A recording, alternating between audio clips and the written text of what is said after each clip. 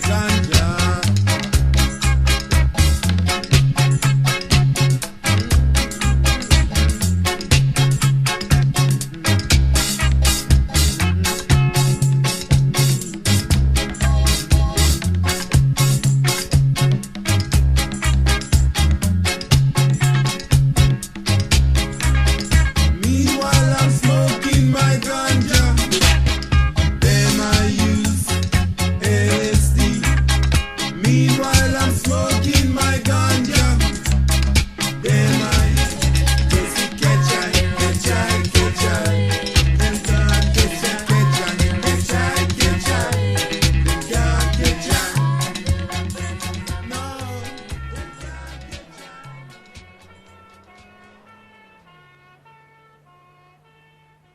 Stereotypical, no dogs, no blacks, no Irish, no gypsies.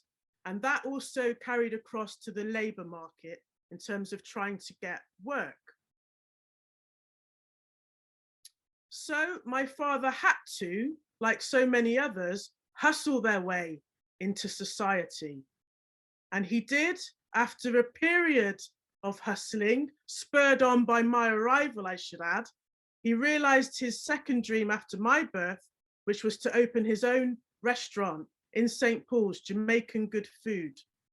Sadly, my father passed away when I was 10, but several years after that, when I was talking to some of his old associates, they would give me a few anecdotes, such as, well, your dad was a strong man.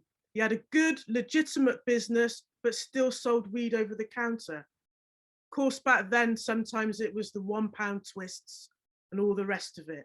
And certainly a very, very different type of cannabis in the 1980s to some of the strains we get today. There was also, I maybe should or shouldn't say, a wide range of clientele at the restaurant. You know, the high flyers and the locals, including the odd police officer. Odd, you can interpret that in your own way. And I won't tell you whether they were buying curry goat rice and peas or going for the veg curry. We'll park that story for now, shall we? Our culture tends to want to start our stories from here rather than condensing the story to here. And it is a very long story.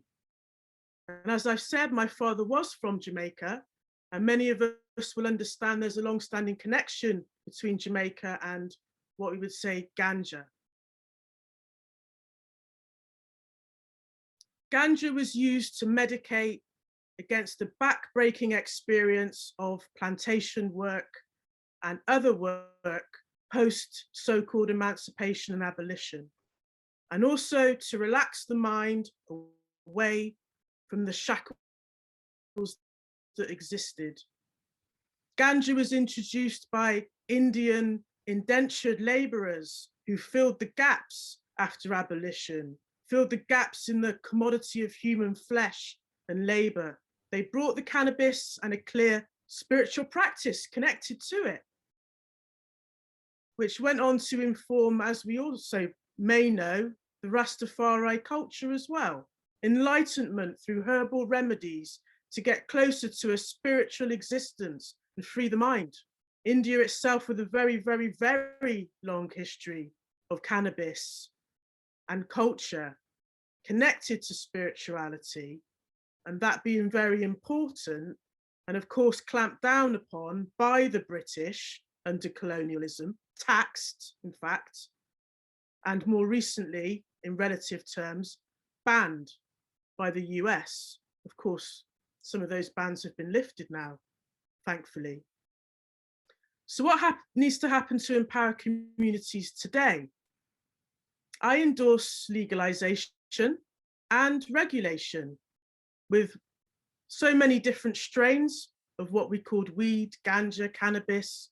I think it's really important that people, and I'd probably say particularly younger people, know what they're consuming.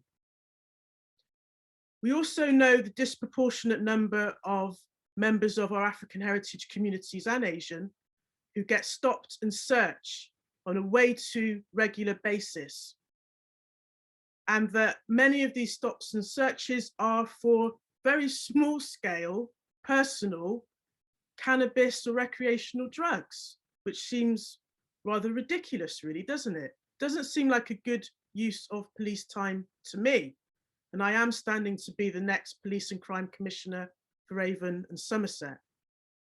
People in rural communities say that most of their crime they don't bother to report because there doesn't seem to be any capacity to even investigate. Well, maybe if we freed up some of the time in Bristol, with some officers wasting time with some of these matters, then we might be able to help address some of the crime in the rural areas.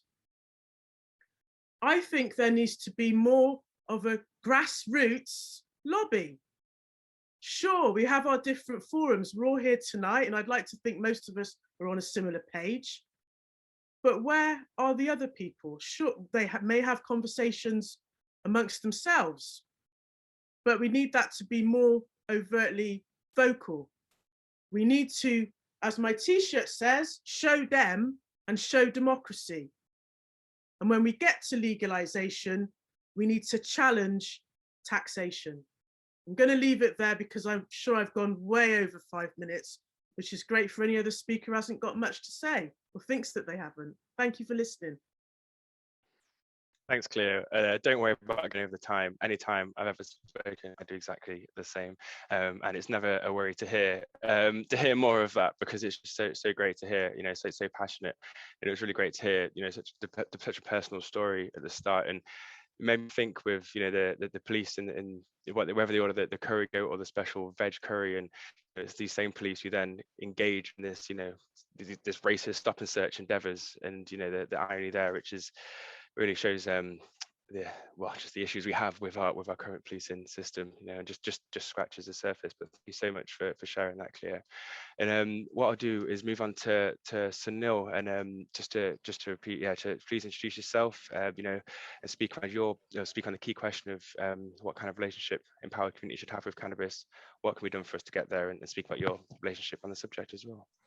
Thank you. Hello, everyone. I'm Sunil Aggarwal. I'm very, very honored to be here with you all today. I'm coming from your old colony, the United States, and as a second generation son of immigrants from a more recent colony, India. So I'm the one sort of foreigner, but I'm also connected in different ways, as we all are in this planet. And I think it's so wonderful to have a forum like this. I'm a geographer by trade and a physician. I know Jules Levy through our study. Both of us studied in geography and spent our time writing our papers and studies on human relationship with cannabis. And I think it's about time that we start to put those understandings into practice in how we organize our relationship with cannabis, our policies, and all the amazing things that Cleo just mentioned. Of course, I echo and underline them 100%. I thought I too would just share a little about my own personal relationship, and based on where I'm coming from at these different intersections. So even though I'm an Indian American, South Asian American in the US, I was born and raised in Muskogee, Oklahoma, which is actually internationally known. I remember when I visited Canada once as a child, the bus driver, "Oh, you're from Muskogee. We don't smoke marijuana in Muskogee, right?" This song became this internationally known hit in 1970, which really, the first line is, "We don't smoke marijuana in Muskogee. I'm proud to be an Okie from Muskogee." It was like glorifying the culture war, the us and them, and all the different lines that we still see today of division around war and what kind of intoxicants are acceptable and not acceptable, what lifestyle. Anyway, that entire song was actually tongue-in-cheek, but people in my hometown did take that seriously, and there was quite a culture of stigma, and we had the most draconian laws in the United States for cannabis for many years in Oklahoma. Growing a cannabis plant, in some cases, led to lifetime imprisonment sentences for some individuals. And of course, you can imagine the groups that are more impacted by these laws. So You know, that's sort of what I was steeped in. And I've written papers on cannabis fear deconditioning, because there's many people who have been conditioned like this. Cannabis is this dangerous thing. On schools, they teach you this, and we have to do a lot of work just kind of process that. And I learned in my own process, for my own personal use of cannabis as a college student, how helpful it is in relaxing the mind, as Cleo was saying, and helping to, you know, forget aversive memories and be more present, which is so important to heal from trauma or so many other conditions. And that's what I learned firsthand. And it was shocking to me that I was so misled, so misinformed, so miseducated when I thought that I was like learning the right things. And I learned also how it had been tied to my own lineage, traditions in Indian culture for so many generations as an aid to meditation, and not just India, but so many cultures around the world that had been exposed to cannabis since it evolved 37 million years ago and spread all over the world through all the early trade. So, including indentured servitude and slave labor, as enslaved people's labor, I should say, from Africa, from Angola, is probably the first time that cannabis came to the New World in South America, and various other chains over the years. So anyway, coming back to my story, learning that, having that experience, and then focusing my studies and work on understanding how is cannabis working in the mind body, how can we utilize it both for healing, and how can we change the level of violence in society around you know, what kind of structural violence, which is what this is. It affects everybody differently depending on what your other stations are in society, your race, your class, your socioeconomic group, who you work for, what kind of, who pays for your housing, you know, which company has decided to do your drug safety testing. There's all kinds of just arbitrariness and capriciousness that falls onto different people disproportionately. And that's how this sort of plays out. It's incredibly, but then if you sort of, let me close the loop for you. It turns out the man who wrote the song Okie from Muskogee, Merle Haggard, he himself was a medical cannabis patient. I have pictures of his authorization card. He had cancer at the end of his life and used cannabis. And a friend of mine has, you know, pictures of his authorization and experiences with cannabis. And then I should tell you that Oklahoma, my home state, you know, went from these most draconian laws to now Politico magazine writing a year ago or so that they have the best cannabis for medical use law in the entire country of the United States. And it's because, you know, when I was advising on that law, and all the people who wrote it wanted to make sure that the barriers were very low and that people did not have to spend a lot of money to get licenses, or that they had to talk to their doctors and the doctors had to associate only certain classes of qualifying diagnoses or not. All of those features were removed. And I think that is why Oklahoma has this law that it has now. And apparently my hometown of Muskogee has many medical cannabis dispensaries in places of the neighborhoods that were completely, you know, from its long-standing racial divides. They didn't desegregate schools until 1970 in Muskogee officially, even though the 1951 Brown versus the Board of Education asked schools to do that. They waited 20 years. So that's how long, that's the kind of city I'm talking about, that it too can actually change. The same thing I saw happened in parts of Oakland as well when I lived in California. So that's what I've seen in my life, is this incredible transformation.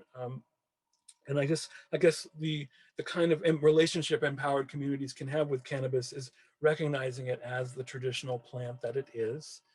And traditional plants actually have special protections under international laws and international treaties, tied to the rights of indigenous people, tied to traditional cultural property. And that's what cannabis is. It's been around for so long, and it's so cross-cultural that we must treat it as such, which means you cannot monopolize it. You cannot put onerous restrictions. And then, you know, number two, recognizing cannabis as an entheogen. An entheogen is the academic, the scholarly term for a substance that has been used throughout history to generate the awe, to generate the divine, or some kind of a spiritual growth And it's been so many across multiple spiritual traditions around the world. And recognizing that as such would change how we would basically be going from profound neglect of cannabis to deep respect, because that's what spiritual people's spiritual beliefs and wishes and relationships should be recognized with deep respect in any civilized society. And when I say spirituality and spiritual health, it's not tied to any institution.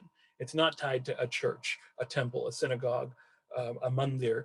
It's tied to your own, the inner basis of health and well-being, the dimension that's tied to meaning and purpose, because we are all living with, as the Scottish psychiatrist R.D. Laing said, life, you see, is a sexually transmitted condition with a 100% mortality rate. So we are all living an existential stress, and it's necessary for us to renew ourselves to have a spiritual or existential dimension to our in order to have well-being. So says the WHO, and so say I. So cannabis should be respected along those lines. And I'm hoping that we recognize its entheogenic value, its traditional nature, as Jules has written in his dissertation, a companion species, that we have a special relationship to cannabis, like we have companionship with other for our furry friends, or pets and other types of natural living things. People revere, love to plant it. They love to grow it. They love to smell it. They don't want to kill the seedlings. There are certain things about our relationship that need to be brought into the formal sector. 420 is nothing else than a joke about how we don't take cannabis seriously, and we should. 420 is the secret handshake. It's the time when we sort of recognize, hey, everyone sort of knows this is happening, but we're just not going to officially talk about it. You know what? That's a privilege. It's time to get this out of the shadows, especially for those who are in the most vulnerable position, as I mentioned earlier. Thank you. That's where yeah. And the last thing I want to say, it's those edges. So it's those vulnerable people, and it's the cultivators, the people who have been producing cannabis and taking those risks to trade it. So anyway, that's what I want to say. And how do we get there? We'll get there together. Thank you so much, Sunil. That was really powerful. And really, about your relationship over in the US, and just the general relationship over in the US, and the relationship we all have internationally, traditionally and historically with cannabis. And I guess the sad thing is how it seems for some reason that successive governments here have refused to acknowledge that. But it's really also great to hear how you say Oklahoma had some of those draconian laws and policies previously. They now has the best medical use laws for cannabis. So maybe that shows us hope and shows us that this can turn around. So thanks for the shred of optimism as well, which is very great to hear. And now we'll move on to Nathaniel, and very much in the same, but just I'll make sure I repeat again for you. And please introduce yourself and maybe speak a bit about your relationship with cannabis, and also what kind of relationship empowered communities have and with cannabis, and what can be done for us to get there. Sure. Thanks a lot, Ty. Yeah, happy 420, everyone. It's a real pleasure to be here. It's a fantastic kind of group that we've got here, looking at all different aspects of society, and everyone obviously here today and everyone in the world has a different relationship with cannabis. My journey has started when I was quite young, and yeah, finding that ability to escape and be able to get lifted above your kind of your day-to-day monotony. So I think that's a really important aspect, but also I had a really difficult, challenging few years where I was caring for my partner, which unfortunately we lost to cancer. But during her life, we obviously tried to use cannabis as a medicine, because not many things were working. So in terms of pharmacology, pharmaceutical drugs, everyone knows the effects, the side effects they all have. So it's a really horrible thing to see or experience, and I wouldn't wish that on anyone. But when you look at what cannabis can do to alleviate those symptoms and to reduce people's consumption of a whole host of pharmaceutical drugs down to one natural plant, then I think it speaks for itself and it speaks volumes. So I realized I needed to have a change. I was working in a job I didn't really enjoy, and wanted to reconnect with nature, not just myself, but I saw cannabis as a way to bring about some change in community, and that was also kind of stemmed from Aldo Leopold and his land ethic, which is a kind of central theme to my business, Vitality Hemp. And Aldo was way ahead of his time, writing in the 40s about desertification and monoculture and how swathes of land were getting completely destroyed. And Aldo recognized that his dream of a widely accepted and implemented set of values based on caring for the people, for land, and all connections between them would have to evolve in the minds of thinking community. And his idea for the land ethic was to appreciate the local ecology, our local environment, as part of our community. So if you look at it in that perspective, all plants are part of our community.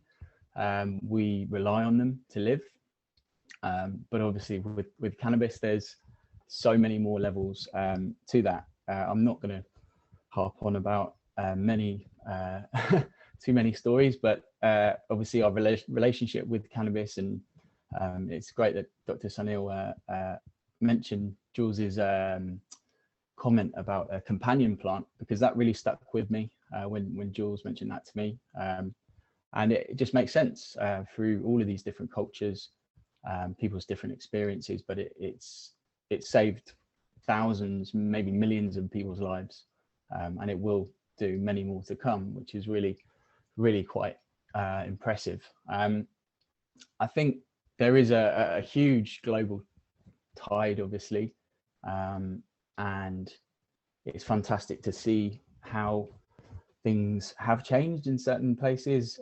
There's a long way for us to go in the UK, obviously, but I read today, I'm not sure if it might have been on Simpa's blog actually, about the Swiss model.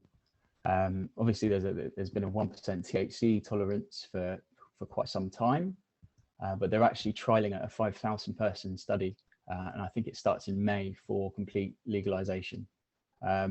So that will be a Canadian model that they're looking at, which in my perspective is too much packaging. And if we're looking at a cannabis that empowers communities, from my perspective, it has to be industrial hemp, considering the health of the environment, the local ecology, as well as society as well. So all types of cannabis, they're all in the same family, and rightfully and wrongly so, unfortunately, hemp has been kind of classified as a drug. So along with that stigma and oppression that has been suffered for so many years, so we're looking at kind of 80 plus years since this plant has been kind of removed away from our kind of control. So there's knock-on effects of that, and there are huge barriers to cultivate in the UK. Obviously, low THC cannabis, you can apply for an exemption from the Misuse of Drugs Act, but it's still classified as a drug. It's not recognised as an agricultural or environmental crop, which is a huge issue. We're transferring into an environmental land management scheme, which is potentially one of the biggest steps. It's a huge revolution in terms of environmental policy. We also have the agricultural policy change, which we can really start to make a difference, and hemp offers so much in terms of a catalyst to enable that change. Sequesters more CO2 than a whole kind of forest. So if you look at the soil benefits, the soil health, breaks up soil, it prevents desertification, it remediates toxins. So there's a huge amount of environmental benefit that we can benefit from for using hemp as that tool. So yeah, I think sun-grown cannabis obviously is a fantastic thing. It's the way forward. If you're looking at it in terms of how do we empower communities, I think we really need to educate and engage, have that hemp maize, build it, grow it. But unfortunately, at the moment, there's so many barriers, even for low THC cannabis that we face in the UK. So yeah, we have a lot of work to do, and I really appreciate what the Green Party drug policy and so many others are doing. So it's really fantastic to see connecting communities.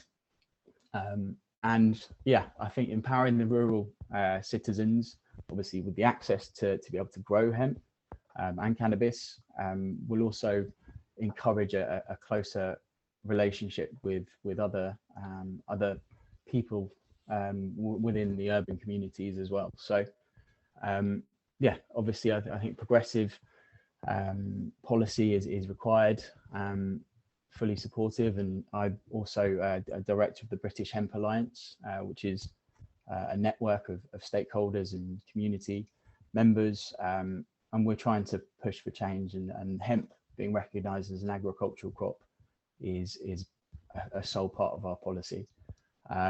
So yeah, I mean, parts of the community of, I think, Cannabis Social Club movement is a really encouraging step in the right direction. Compassion clubs, there are a huge amount of amazing people doing really, really great things out there. Yeah, events such as Hemp Fest, Product Earth as well. Product Earth is an amazing event which everyone really should get to. And the London Cannabis Film Festival and other events as well. So there's a whole community out there, and that community is stronger than ever. I think obviously, despite the issues that we're facing today with more and more depressing news, oppression, and more power going to the very few, I think we have a plant on our hands and a rising movement, which yeah, we are feeling empowered, and I think as Sunil rightfully put out, I think we're all in it together. We've all got our different perspectives, but yeah, as long as we keep banging the drum and making people aware, then yeah, there will be change. So yeah, that's about it. Great stuff. Thanks so much, Nathaniel. That was brilliant, and really great to hear a lot about, well, both your personal story and then just, you know, all the benefits of hemp, even just ecologically, the benefits of the use of hemp, and with that, I guess, the sadness that it has been classified as a drug, not an agricultural crop, and maybe that also shows the work we have to do to get, you know, all use of cannabis. Well, I think there's some change, obviously, with the United Nations decision in February. It leaves the door open. The Home Office have always been relying on that adaptation of that drug classification, but now they haven't got that to stand on. So yeah, with more evidence, I think yeah, we've got the doors open effectively. So yeah, I think that's really exciting for everyone here to hear, and thanks for letting us know that, because I'm sure that's something that maybe a lot of us didn't know was on the table, and something that gives me a great bit of hope and excitement, and I'm really looking forward to seeing how that unfolds. So thanks so much for that, Nathaniel. And with that, we'll move to our next great guest, and we've really been treated this evening with everything so far already, but I'm going to introduce Yewande now, and could you please speak about the key question, or speak around the key question, have in mind what kind of relationship should empowered communities have with cannabis, and what can be done to get us there, but more importantly, just introduce yourself and maybe speak about your relationship with the plant. Thank you. Oh, hello. Thank you for inviting me here. I think this is the first photo event I've been to. So yeah, it's good to listen to everyone. And there's the layers of things that I want to say that I'll just continue from what the fellow speakers have said. Well, my relationship with cannabis was an academic relationship. I was not I did not consume cannabis because I came from a different kind of background. I was born in England, grew up in Nigeria. And when I was growing up, I'm not going to reveal my age. It was not, it wasn't part of the culture. You had to be really, really deviant to get involved in cannabis. So I started doing my PhD in 2014. And it's one of the first PhDs actually, especially in the UK, that looked at the intersection of it as a medicine, its history. So I got to interview all the key people. And as I was doing my PhD, things were changing. So at my research kind of, although it started as a historical question, it became a contemporary thing. So there's a bit of history, but it was a contemporary thing, what was happening at the moment. And I couldn't help wondering that there was an absence of the Black voice in everything. They weren't part in the UK, they're not part of drug reform, not part of the medical cannabis debate. So it really was almost like an elite white-only space. And that kind of bothered me. And I had to take a detour, and I did like 2 years to my PhD study to kind of investigate what was this absence and what did it mean? And hence, this is what I'm doing in the space. So what I'm really interested in to answer the question is, we're not in all this together. We're not, it's really, there's a racial bias. I'm not going to bore you with the details about incarceration, stop and search. We all know that. So for us to move forward, we really have to take stock of the history, take stock of how some people have claimed the space and owned the space, and actually what does that mean? Because until we repair those relationships, then we're not really going forward together. And I'm really keen for us to go forward together. Hence, I founded the Black Medical Cannabis Alliance as a space for Black people, so not a BAME or BIPOC or any other label that is attributed to us now. It's definitely just Black, because actually, based on the history, there's a cultural relationship, and there's also a big significant impact of prohibition on the Black community, and that needs to be resolved. We need to look at stigma. So I've created this space as a safe space for actually Black people to come and learn and actually take a breath and see how they might want to organize themselves. Because I'll say most of the spaces are not open to Black people, or if they are open, you are just an appendage to not only the information, but also to the power. So this is an issue of power. So under my academic head, I call it decolonization of drug reform. That's one strand. But to the everyday person, it's like, well, how are we going to position ourselves? Because now drug reform and cannabis medicine, but also the commercialization of cannabis are really interwoven and are really going to have a big effect on the Black community. So mine is kind of a wake-up call.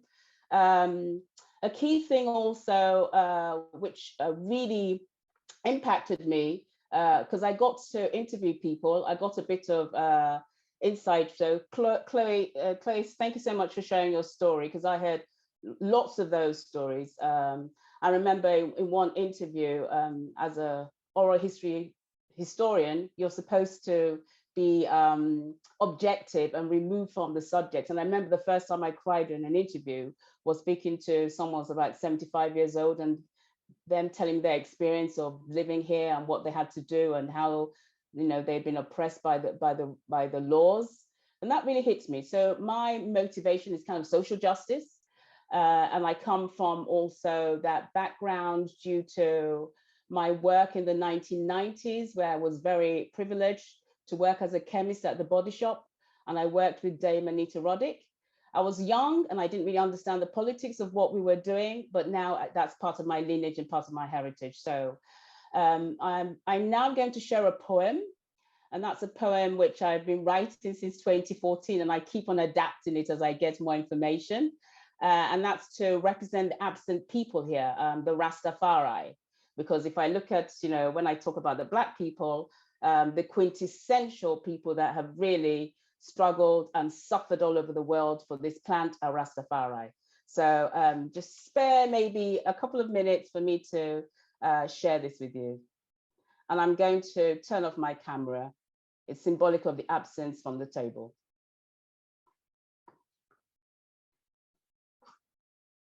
The space between 7,777 languages. Schedule 1, Class B. Lord, open thou my lips. Yewande drips from the tongue as drums of silence beat across the ocean. Glowing honey, the queen bee flutters to earth. I nourish, protect, and guide my mother tongue. Breast of compassion, courage, and wisdom. Because I am Yewande, the space between the teeth and tongue is well. The space between the teeth and tongue is very well, because the mother tongue compels a vortex of compassion that beats in our heat. Beat, beat, beat. We are connected. Ashe. Beat, beat, beat. We stand as one. Ashe. Beat, beat, beat. We grow together. Ashe. The space between the teeth and tongue is perfect. Remember, it carries sacred memories of floral sunshines, burnt forest, radiant oceans, and succulent stars. Lord, please open up my eyes. Here I see the space between the teeth and tongue was not well. Not so for my brother Ras Green. Sunshine turned to bitter eyes as empty words became weighty words. Clamorous sentences and clammy memories congealed his larynx. Long mort. Flawless petals prick the skin, stamina, stab, stamina, beat, beat, beat. Sweet sugar cane in the heat. Stigma sticks like glue. Glaucoma. Lord, please open up my heart till I sense the new beats that birth Rastafari. The body reinvigorated by the belly roar, Jah Rastafari. The space between the teeth and tongue is very well. Now that Haile Selassie is venerated as king, now that oppress is articulated as down press, now that you celebrate your melanin, now that your pineal gland is super activated, now that you are emancipated from mental slavery, now that you overstand the shadow of language, now that you replace I, we, and them with I and I, perfect pronouns. Now that you inhale spicy amber honey and chant Jah Rastafari with no apology. Iwaju, the space between the teeth and tongue will always be the perfect language for you. Ethiopian, Dakon Lukan mo belu etumora. Dakon Lukan mo belu etumora. Dakon Lukan mo belu etumora. Yewande like the Yewland magnolia, delicate pink, citrus scented. I bloom in spring 420. Therefore, the space between the teeth and tongue stays well. I salute you, Ras Green, my son, with whom I am well pleased. Iwaju. Thank you.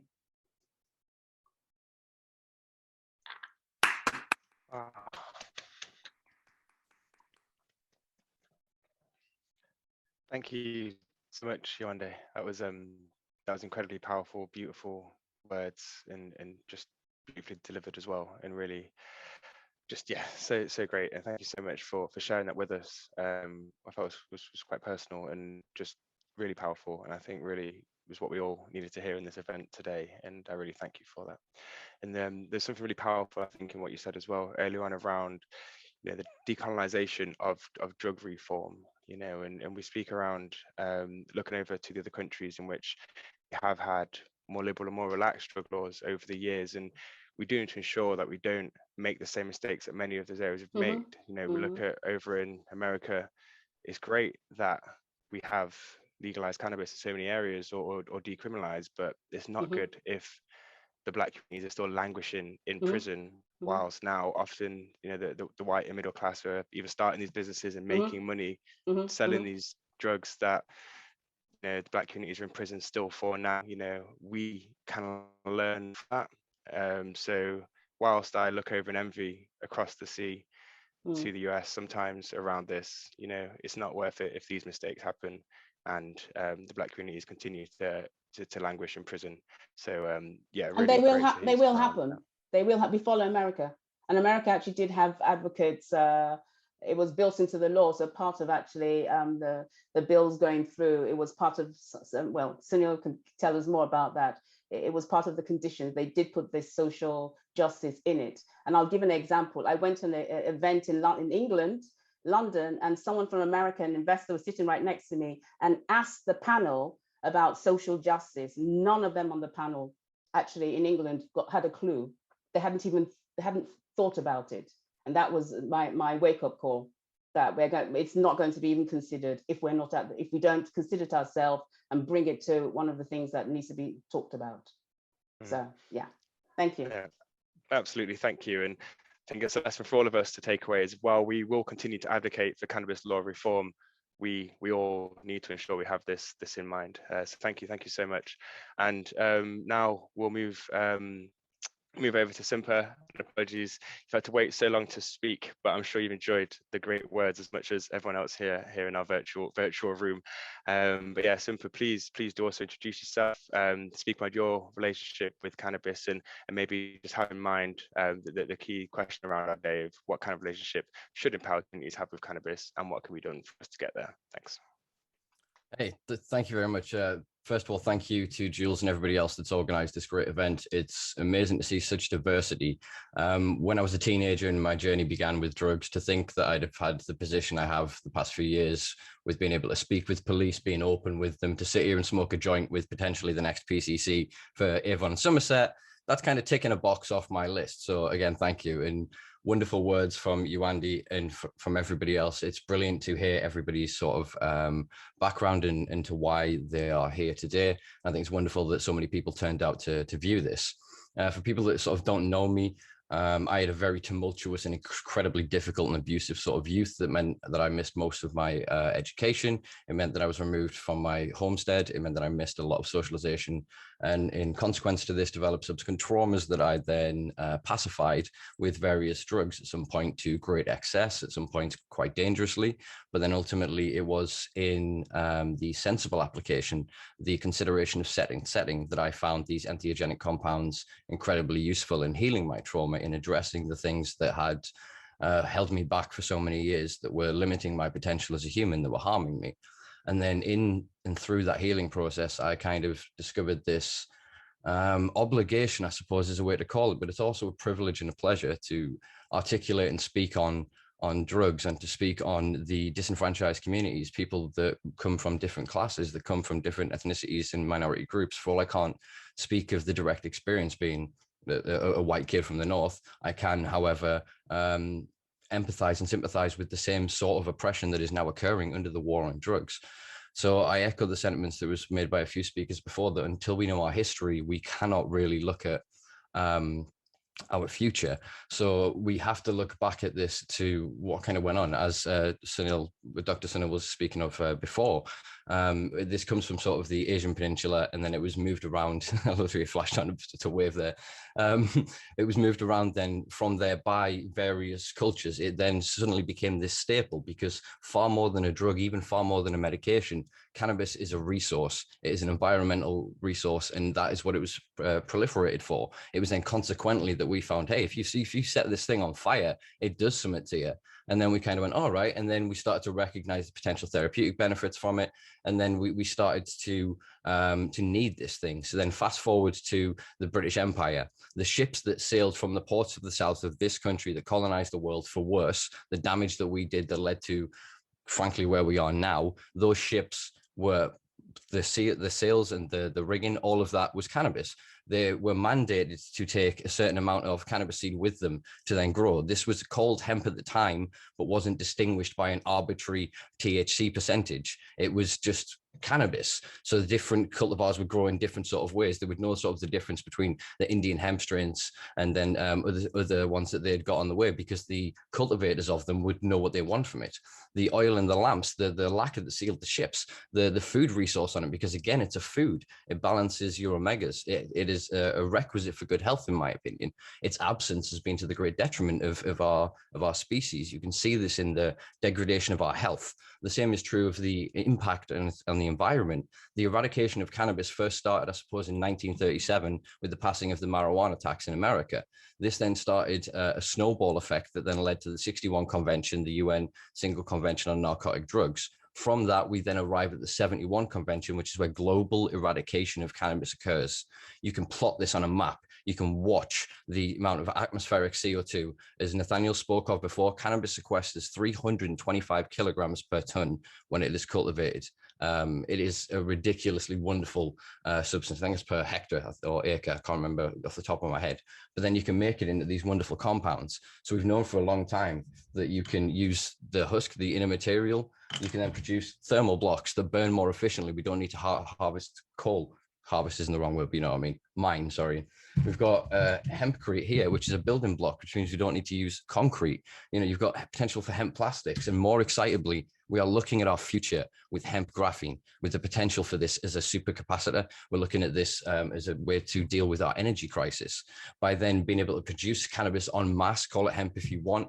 I don't care about the arbitrary nature of the drug at this point. I love to consume cannabis. You've sat and watched me enjoy a very nice joint this evening, and I'm going to go on to do a live for an hour and a half after this where I'll consume more cannabis. But I advocate not just for the social freedom, not just for our human rights, but for the future of our planet. If you look at the trajectory of where we're going with our evolution, with our environment, with our economy, with our health, we are falling off a cliff in every way. And this is the missing key. It is not just a requisite for good health when it is in nutrition. It is not just a potential therapeutic benefit that can help us tackle the pandemic, the epidemic of cancer that now strikes 1 in 2 people. Half of the people are going to get cancer, whereas we're looking at something that could cause apoptosis. What we need to then consider as to why we're lagging behind, why we haven't yet arrived at a point where we can empower these communities and we can give this plant back to the people instead of creating a gentrified, whitewashed, monopolistic system where a few corporations get to go, well, we got it right in our country, so we get to buy every other country on the planet. They get to monocrop, they get to create highly polluting systems, they get to underpay their workers, they get to hide chemicals in production, they get to wear the badge of 420, they get to fly the flag, these capitalists, these vulture capitalists, and claim that they're standing for the people that they've oppressed for a century. They're stood on our backs. It is the dealers who should be the leaders. It is the people from the community who are the healers. We are the ones who deserve to be stood and given that chance. And we were given that chance. In 1996 in this country, a royal commission was founded to look into the potential therapeutic benefits of cannabis. They came back to the government at the time, and instead of giving that to the people, they formed GW Pharmaceuticals. As I alluded to before around cancer, GW now have a patent from 2010, which uses cannabinoids to cause apoptosis and basically kill cancer. They've known for 11, 12 years. What they've done in that time is fund government. What they've done, same with other organizations, these monoliths of so-called regulators, these self-appointed governors that have arisen from the market that do not represent the marginalized communities. They do not represent the minorities that they have oppressed. They do not represent the lower classes that they have siphoned off all of these funds from. You think of what these communities could have built if not for the past 60 years of an oppressive war on drugs. You think if we're then going to end that war, who should be enriched? Should it be the same people who have voted year after year for harsher and harsher policies that then take fathers away from children, that then rip away communities, that deprive people of opportunity? We need to stand and have an honest conversation. I saw somebody earlier in the comments say, well, truth is what we need, and truth is truly what we need. We need, like what happened after apartheid in South Africa. We need everybody from all sides to come together, show all the evidence, explain what the fuck happened. Pardon, I usually swear on my podcast. I apologize for that. Find out what actually happened, and then we can address it. We can't then just give the keys to the kingdom to the same people who marched us into this position. They don't care for the environment. As it was alluded to before with the Canadian system and excess packaging, regulation that's nonsensical, that's creating a barrier to entry so that the common man can't get into the market. These are the things that we need to address if we are going to empower these communities, if we're going to give people the opportunity. I will forever, to my dying day, scream about the fact that we have a basic human right to do with our consciousness what we wish. There is nobody can tell me that I can't sit here and smoke a joint, that I can't go to the woods and experience a DMT trip, or take LSD or MDMA with 100 people at a festival somewhere. These experiences are innate to us. And ultimately, the only way we get there is by bringing everybody to the table to have these conversations and to bring, allow a platform to bring voices to the voiceless, to give the marginalized people that chance to speak of their experience, because what we're hearing and what we're told is only a fine amount. And then that is massaged through advertising and marketing to create a palpable narrative that they can then manipulate legislation to create a highly profitable industry that's already worth billions of dollars. It's going to be worth trillions. With these technologies and with more, they will take over the goddamn world while still criminalizing the common man for cultivating this planet home. I think I'm about done with that tirade. Thank you. No, that was brilliant, and thanks so much for that, Simpa. Really, really great to hear, and I think so much for us all to take in there. But really, the main thing for me is just how we can't really give up this fight for so many reasons. You know, it's not just about one of the benefits, it's for the multitude of benefits we have for this plant. And we need to ensure we regain control. And I think that the secondary point you were coming on to around this cannabis is still in control of the capitalists now in this new form of legalization, and if it is the capitalists, it will never truly be ours, never truly in the hands of communities. And I feel like there's almost this trap that we have to be wary of, that if we settle for this commercialized legalization, then this will never be in the true spirit of cannabis and traditions that we've all spoken about in the history today. It's a continuation of the manipulation and the lie. You cannot legalize cannabis because cannabis isn't illegal. It's just illegal for any of us to do this. I am illegally in possession, but if I have a magic piece of paper from the Home Office, I'm fine and good. And now if I say that this is medical and don't smoke it, and I get a little prescription, again, I'm legal. We're missing the narrative. We're already caught in the trap. If we're talking about legalization and decriminalization, we need to end the drug scheduling. The scheduling system that prohibits all drugs now internationally was designed on racism, bigotry, hatred, and no scientific evidence. What created the 61 legislation was the 1955 World Health Organization report. It's available online, and there is zero science in it. Since then, we've discovered the endocannabinoid system. We've discovered the potential therapeutic benefits of LSD, MDMA, DMT, psilocybin-containing mushrooms, ketamine, and far more. We cannot allow those same capitalists to medicinalize, pharmaceuticalize, weaponize, and steal these drugs from the communities that found these benefits, the people that have protected these drugs, these substances, and these compounds that have allowed the cultures to perpetuate. I am a white kid here. I'm a middle-class white kid. You wouldn't believe the shit I get away with. I should not be allowed to get going to a police station and sit around with 5 or 6 cops on a community coaching course and basically berate them about their ideas on drugs. I shouldn't be allowed to go on the BBC and Victoria Derbyshire show and talk about my LSD experiences. I should have my door kicked in and be raided. If I was any other color, if I was any other background, you guaranteed the first time I opened my goddamn mouth, I would have been silenced. So we need to allow it's all nice, but this gentrifying and whitewashing, look at the cover of Forbes, look at the cover of Fortune. Anytime they talk about these cannabis heroes, these idols, these icons, they're false icons, they're false idols, they're totems to capitalism. They do not represent the people who have built this. It's the voiceless, it's the people's names we'll never know. It's the guys who languish in prison and will continue to do so long after they're making billions on this. Sorry, I kind of took over that. No, not at all. Thanks, Simpa. And I think you're sort of vocalizing in a way, or a lot of how we all feel, and it's great to be able to hear that articulated so well, which is I think so often what we could all do with. And as we've gone to 8:05, the time's flown by somehow, which always does when we have these engaging conversations, and the time just goes so quickly. But I think that's always a great sign. There's been a couple of questions from the audience here, a lot of which has been covered as we've continued to speak. But there's one point here that I would be very interested to hear speakers' viewpoint on. So there was a comment around, I don't know how we can begin to change things as an empowered community. I feel isolated in my own local community. I'm worried about being caught as I'm a teacher, so try to keep it on the down low. So yeah, that's a really, really interesting, great point there. And does anybody care to come in first? Cleo, I know we've not heard from you in a while, so is there anything you want say on that? What comes to mind really is if we deprioritize, and sometimes, you know, it's occurred to me or come to my knowledge that sometimes chief constables, sorry, you know, people who are in control of what happens technically. Of course, that comes under the PCC and the crime and police plan, but they can deprioritize. They instruct the officers to do or not to do. That doesn't always filter down to the action on the streets, but I believe some chief constables do deprioritize. But again, it seems to be things that happen.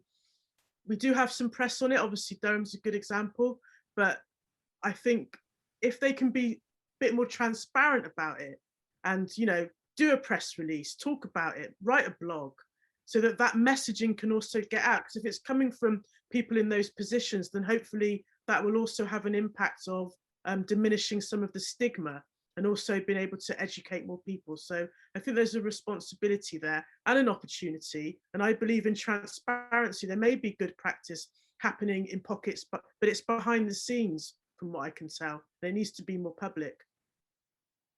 Can I jump in response to that? Because obviously I can speak directly to it, being from Durham and running Durham City Cannabis Club. So obviously it was Mike Barton, our previous chief constable, who he kind of set up this deprioritization. At first, it was kind of backdoor. He mentioned it to his officers, sort of a gathering, and then it became this thing of, he basically said he would reprimand any of his individual sort of street cops if they brought possession charges before a desk sergeant. If he found out about it, they could potentially get in trouble for it because they're wasting time.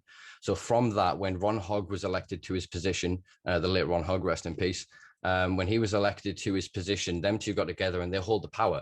Between them, they can set this true deprioritization. So through deprioritization and a de facto decriminalization, by not actually enforcing the law and then creating a kind of a look the other way kind of strategy that they had in Amsterdam, this allowed for a short period of time a real understanding that the police were kind of not the oppressors to the cannabis community. This then echoed out into other drugs, but it also echoed out into sex work. And what we saw in that was inquisitive crime dropped off a cliff. What we saw is house burglaries, things like this went down. We even saw differences in violence because it stopped people sort of dealing because they were actually cultivating at home. It changed the whole landscape of this. And again, they tried to actually get this information out there. The problem is the same monolith that I spoke of in my diatribe before. They basically own the media. There is a handful of people that I shall not name here that are like Voldemort that own this. They run a few of the organizations that purport to represent the people, and they set policy that is going to benefit international corporation, not the people. Prohibition will continue in this country, and just under a different guise, unless we get people like yourself into positions that mean that real meaningful change can happen. It took me 9-10 months before I got a meeting with Mike Barton because the logistics, the optics and everything else, and it shouldn't be that way. If somebody is willing to stand up for a marginalized and unheard community, they should be given that opportunity via some mechanism, and the PCC is perfect for that, being elected and representing of the people. No, great, thanks. Oh, sorry, no, please come in, yes. To answer the question, Tyrone, in 2003, Seattle passed marijuana lowest law enforcement priority by a ballot initiative.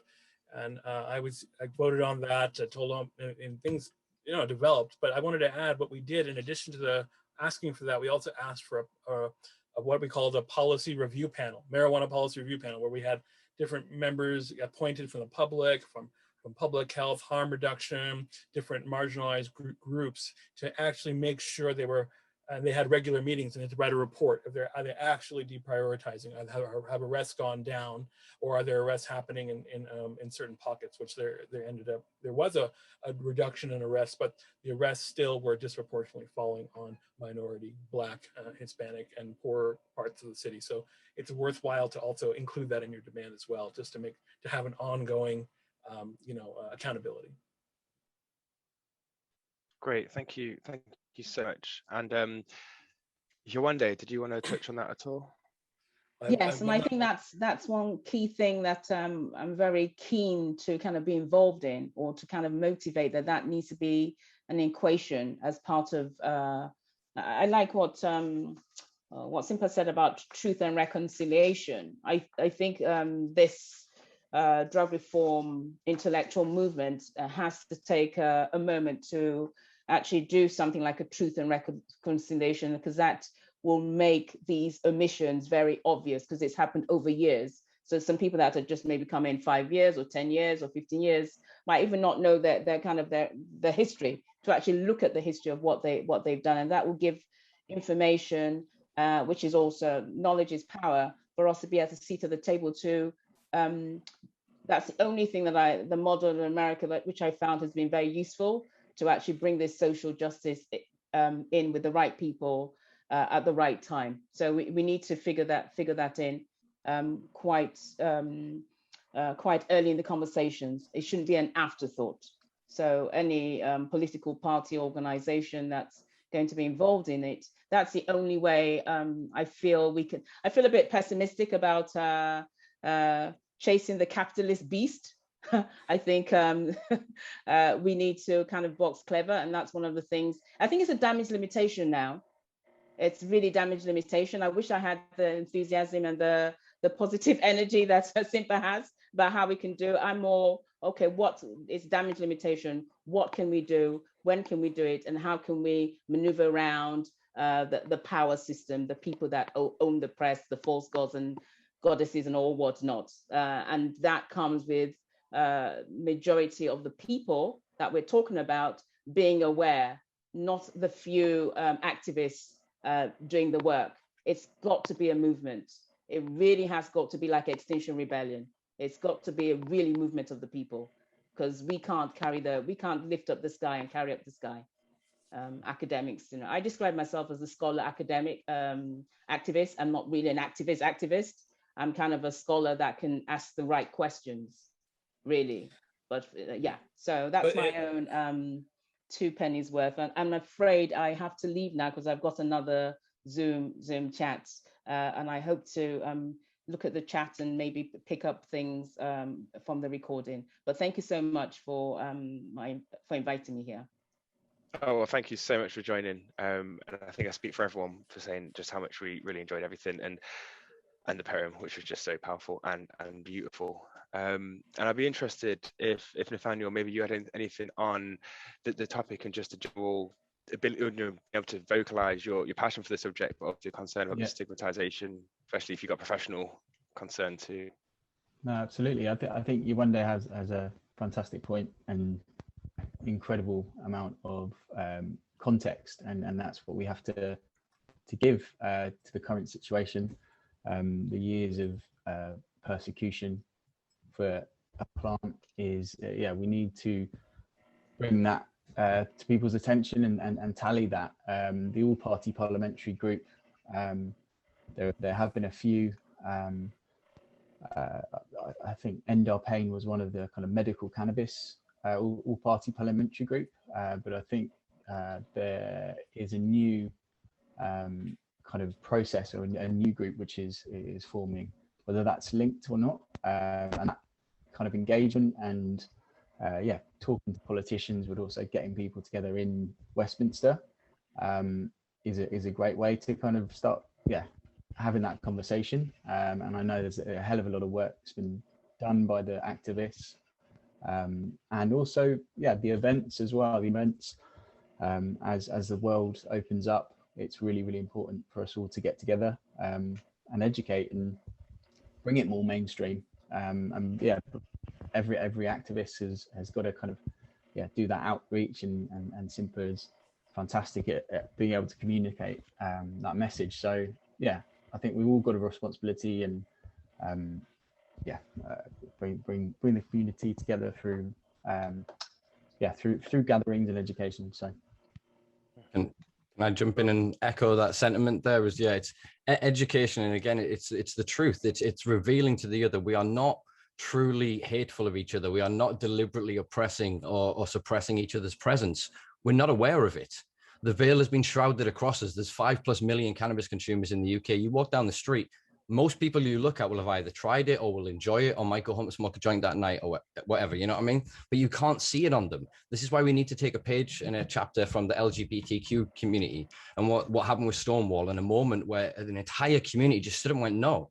And we often speak of the moment of stepping out of the cannabis grow closet and the idea of being proud for it. And I can do that. I'm in a very fortunate position. I'm aware that I have friends in academia. I have friends that have jobs that means that they're drug tested, etc., that they then have to suppress a large part of their personality. They're not allowed to be who they are. So they are denied an opportunity to participate in a larger democratic society. So to empower those people, we need to find a way to bring their voices to that platform. And I think that conversations like this are wonderful because it allows these different bubbles and communities to recognize and see the commonality within each other and kind of go, you're not a threat. You're not opposite to me. You know what I mean? I've probably come on here with the preconception. Some people have had the preconception of me as a druggie. Do you know what I mean? That kind of mentality for the people that sort of don't know me. I would like to think that then the way I've spoken, the subjects that I've covered would change people's sort of opinion and allow them to sort of question that. And that's what we need, is to shape that up, to show that everybody can be a cannabis consumer. Anybody. It's for everybody. It's not a limited thing. And it's unfortunate that when I go around the circuit, as it were, of events in the UK, it's all the same faces. It's the same people stuck in the same echo chamber. And with those conversations, you need to get out to a much larger audience. Tyrone, I'd like to add more to my earlier comment. Just number one, that the alliance building with other movements is really important. That getting that out of the pigeonholing that happens with just the whole class of substance control and tying it into the larger movements around environment, around public health and well-being, around helping reduce harm and addiction, you know, the risk issues around addiction and economic well-being. All of these things are these larger existential issues, and cannabis related issues and drug policy in general fits into many of these. And the more we see the linkages, the more it'll be understood to people who don't consume cannabis, but maybe want to buy, you know, a hemp house or something like that, you know, have other linkages to it beyond consumption. Though I should say the consumption piece and the spiritual piece and it's the consciousness, this is such a critical piece of getting past the sort of stigma. It's facing that head on, not trying to find ways to sort of talk around it. And I wanted to just mention two things. Number one, the NHS has been mentioned many times in the chat here. There's an amazing researcher of the NHS in Scotland named Phil Hanlon. He's a medical doctor. He's written this book called The Future of Public Health. He's written reports for the NHS talking about a new wave of public health that focuses on well-being and what it means to be human, and that we need to put into, you know, he talks about the early waves of public health, sanitation and hospitals and NHS social security, and then lifestyle factors and smoking. These are all the different waves. And now that these waves do not help us with the new issues that are very intersecting and complex, we have to focus on the inner life, the inner self, and of course, the community level, what we are to each other. Anyway, so he talks about this new wave. And I think what he's trying to do in NHS, more support around that, getting this comprehensive public health view that takes into spiritual and existential health, changes the conversation, brings it into a much larger health umbrella. The other thing I would suggest is I debated GW Pharmaceuticals, your own British company, senior legal advisors at a law school about 10 years ago in Denver. And getting these organizations, these corporations to law schools and having public debates to talking about their monopolization or their strategies, getting these law groups, student groups, or, you know, professional student societies to host these. They'll be compelled to go and they'll be compelled to debate. And you know, nothing like the light of day there's no greater sanitizer. So having these further discussions at different levels and making these connections is what I would encourage and hope that we'll move you to the next stage. And not that we have all these solutions in the US. I mean, our state law in Washington is, because we haven't factored in the incredible disparities. You can't even legally grow cannabis, you know, unless you're a licensed producer. Medical patients can, but you know, that system is problematic. So I want you to learn from us, and hopefully the next iteration that comes in your country will be a lot more closer to factoring in these elements. Sunil, please, can we have that author again? I'm so sorry to interject. Yeah, Dr. Phil Hanlon, Hanlon. Phil Hanlon, medical doctor, the future of public health. Brilliant stuff. Thank you. Great, thank you. Thanks so much. I think everyone just rushed to their pen and paper there to jot that down. So thanks for sharing that with us. And what I will do as well, we're reaching to our end. You know, we want to make sure we do wrap up at past and let everyone have a bit of their evening back as well. But what I will do as well, I'm going to bring in our introducer for the evening, which was Jules earlier on, who a lot of you have come across, because Jules is indeed a teacher. And I believe he may have a very practical response to the question around how you can both have a relationship with cannabis whilst being a teacher. And yeah, it'd be great to hear from you, Jules. Yeah. Okay. Hi there.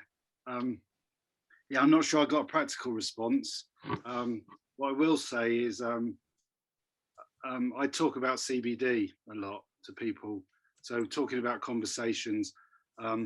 So when CBD first became popular, yeah, I was very skeptical about the isolated cannabinoid, and this comes back to what I think Yewande and Nathaniel alluded to. I'm aware that the corporations are gonna, we're gonna be working with the corporations. They're here to stay. They're not going anywhere. I am a realist. I suppose it's just the people have to be elevated. It has to, it can't, we have to shout loud, because if we don't, they will just take over. It's not that they're going anywhere. It's just that we have to constantly shout loud to remind them we're here, okay?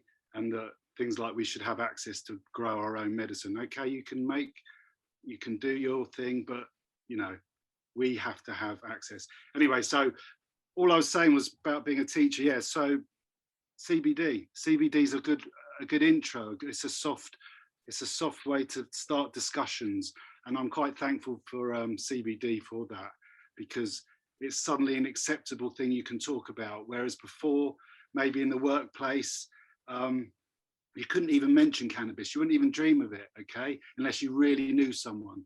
Whereas now you can sort of start saying, oh, you got a bit of a CBD is good for that. You can get it in Holland and Barrett. So as a teacher, that's kind of how I introduce it. And yeah, when it comes to students, well, I wish we could have an honest teaching program for all drug use. And same with a lot of things in education. There's a lot there that needs changing, which, yeah, I'm not sure how that's going to change. But as other people have said, I think just don't be fearful. Just start having those discussions with people, and yeah, that's what I'd say. I think things are changing. Thanks, Ty.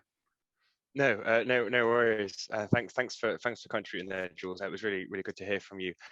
And yeah, what we'll do now, we'll look to wrap up. I mean, it was interesting, the CBD point. I've had sometimes folk approach me over at work, or to speak about CBD, who would, I feel, just be horrified if I spoke to them about cannabis like 4 or 5 years ago, and now they're like, oh, you heard about the CBD? So yeah, it's really interesting how the conversations change. But that, I think, means that we're moving in the right direction, which is only a good thing.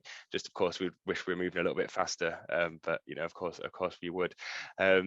But yeah, I will look to wrap up now, but I'll let each speaker here maybe just have one quick minute if they need sort of closing thoughts, any last thing we should definitely know about, look at before we close, and enjoy the last few hours of 420 and maybe partake in a puff or two ourselves.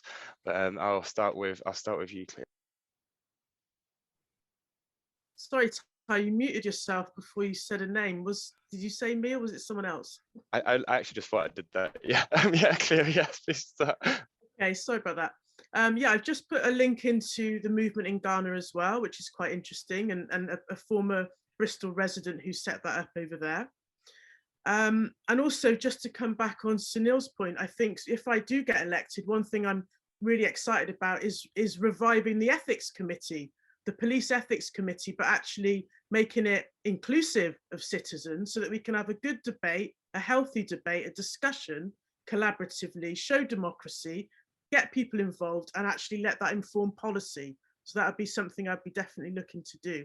And I also, on reflection, I'd like to say that, whether people utilize cannabis or not, I think it's really important that we start to, as a society, put spirit front and center and living front and center.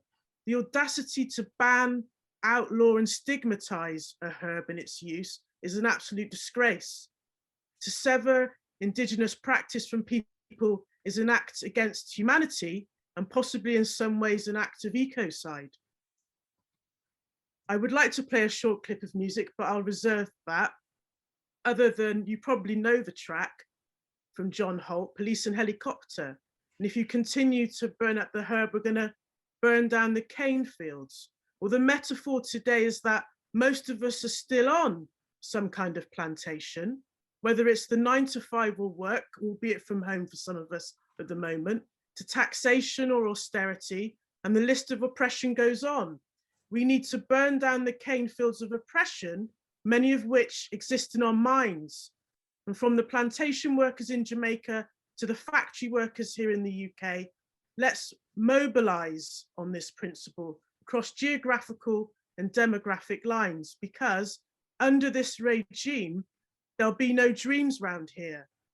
It'll be a can and a spliff at the end of a shift to shift minds away from this stuff, this long time stuff, this unjust stuff between baron and beggar, or however you want to put it. Another way is possible.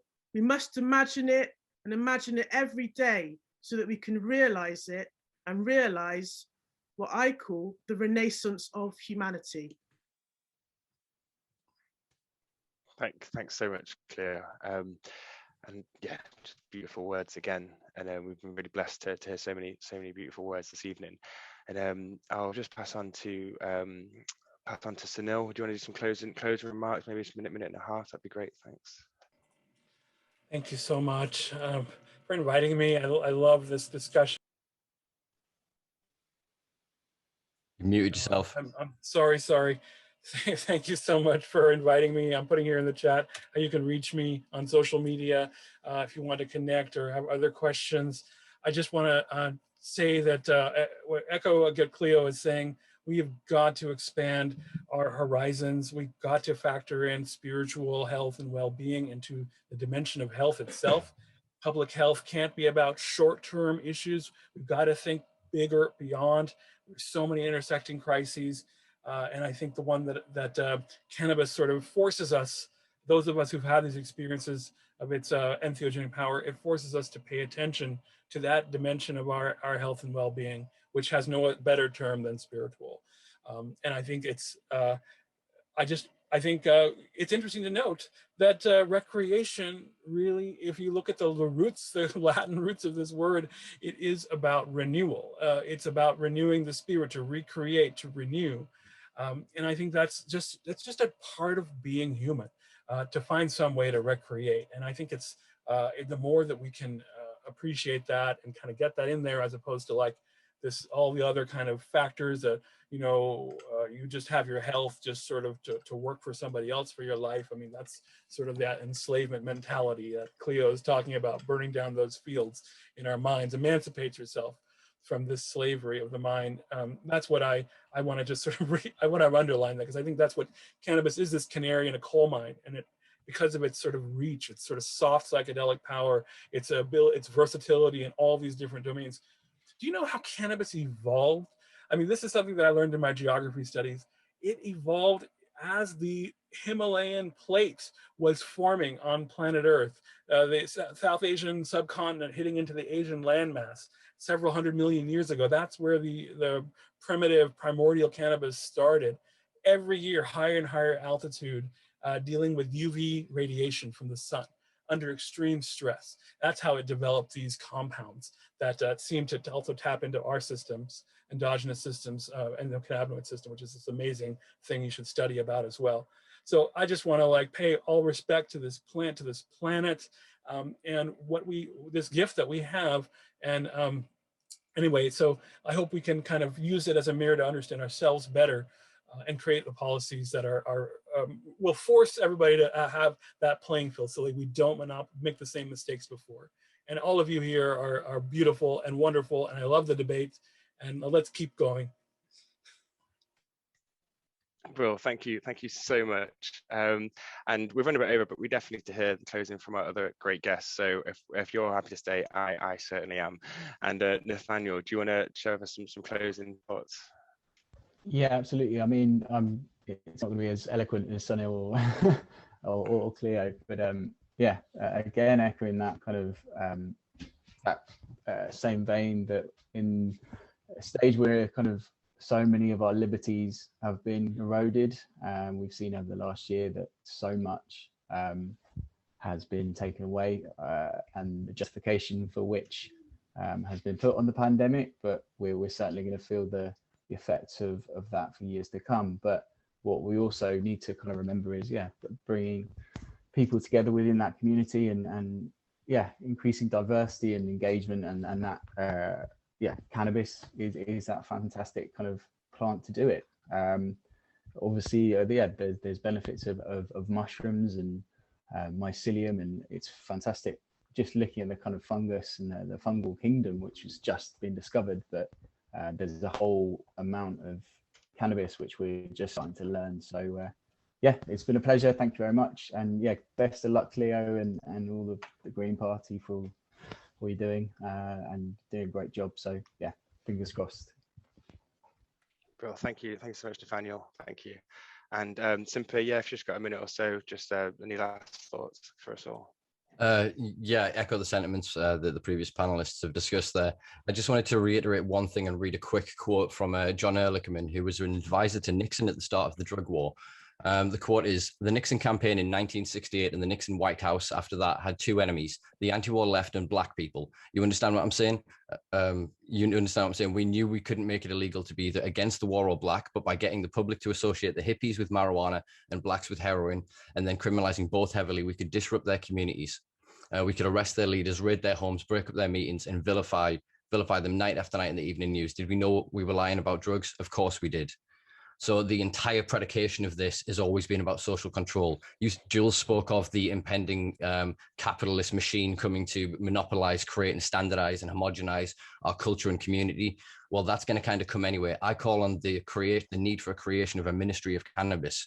We want to see the NHS growing its own cannabis, screw international corporations and countries creating a larger carbon footprint, causing more damage to the earth. We here could be sequestering our own carbon, creating our own technology, providing our own therapeutic and medical products derived from cannabis to the people. We could entirely rebuild and empower this country. This time we could build up this country to actually mean something rather than exploiting people. We could build up the very communities and pay back the people who built this so-called Great Britain. And I think that what we need from this is more voices everywhere. Anybody listening to this, please go and do some research, go and look into the groups, go and look into the organizations, get active in any which way you can.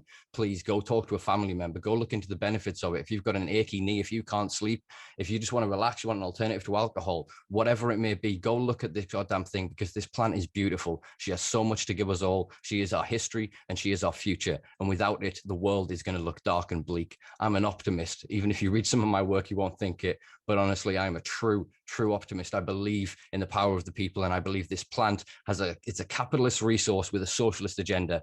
The harder they try to monetize this, the harder they try to take control of it, the more good it'll do for the world. We've seen in regions that have legalized, it is given back to the people. So we can do this. They will have their piece and they will cook the pie, they will throw us the crumbs and we will throw it back in their face, because we, the people, have longevity. We have the history and the connection to it. They cannot deny us it. So if you consume it, or you know someone that consumes it, or even if you've never thought about it, reach out, look for it, because honestly, there is far more beneath that veil that they do not want you to see. And cannabis will reveal that truth to you in some way. Tell them again. I thank you to everyone for having me. Beautiful evening. Thank you so much, Simpa. That was just so greatly said. And if I didn't have some admin stuff to say, I wish we could just press encore there, but I've got to do my little bits and bobs of admin at the end. So let me just pretend that I've not said that ended a moment ago, because I'm not sure there's any better way to end this brilliant discussion. But just want to say thank you all, everyone, for joining, for coming. If you want to know more about the Green Drug Policy Working Group, please do follow Green Drug Policy on, like I say, all the social media accounts. If you want to tweet about how great this discussion was, please hashtag Green Drug Policy, tag in, and do look to tag the wonderful speakers as well. we'll send an email. There'll be an email sent. I say will. I won't be sending it, but I've been told an email will be sent. So there'll be an email sent around with some follow-up information and details of the speakers in case you haven't been able to write things down in time. But really, closing thought really is, as we've heard so many times, it's, you know, none but ourselves can free our mind. So it's us, it's the people, the communities that have to take control. And it starts with conversations like this today. So thanks again to our speakers. Thanks to everyone for joining in, and happy 420. Happy 420 and good luck, Cleo. Good luck, Cleo. Go get him. Yeah, good luck. Thanks, everyone. Yeah. Thank you, Jules. Good luck, Leo. I've just voted, Cleo. I've just voted for you by post. There you go.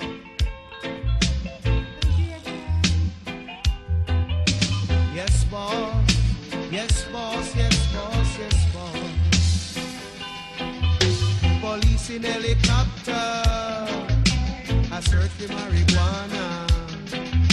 Policemen in the streets, searching for cali weed. Soldiers in the field, burning the cali weed. But if you continue to burn up the herbs, we gonna burn down the cane fields. If you continue to burn up the herbs, we gonna burn down the cane fields. Soldier in the herb field, burning the cali weed. Police in helicopter, I search for marijuana. Policemen in the streets, searching for cali weed. But if you continue to burn up the herbs, we gonna burn down the cane field. If you continue to burn up the herbs, we gonna burn down the cane field.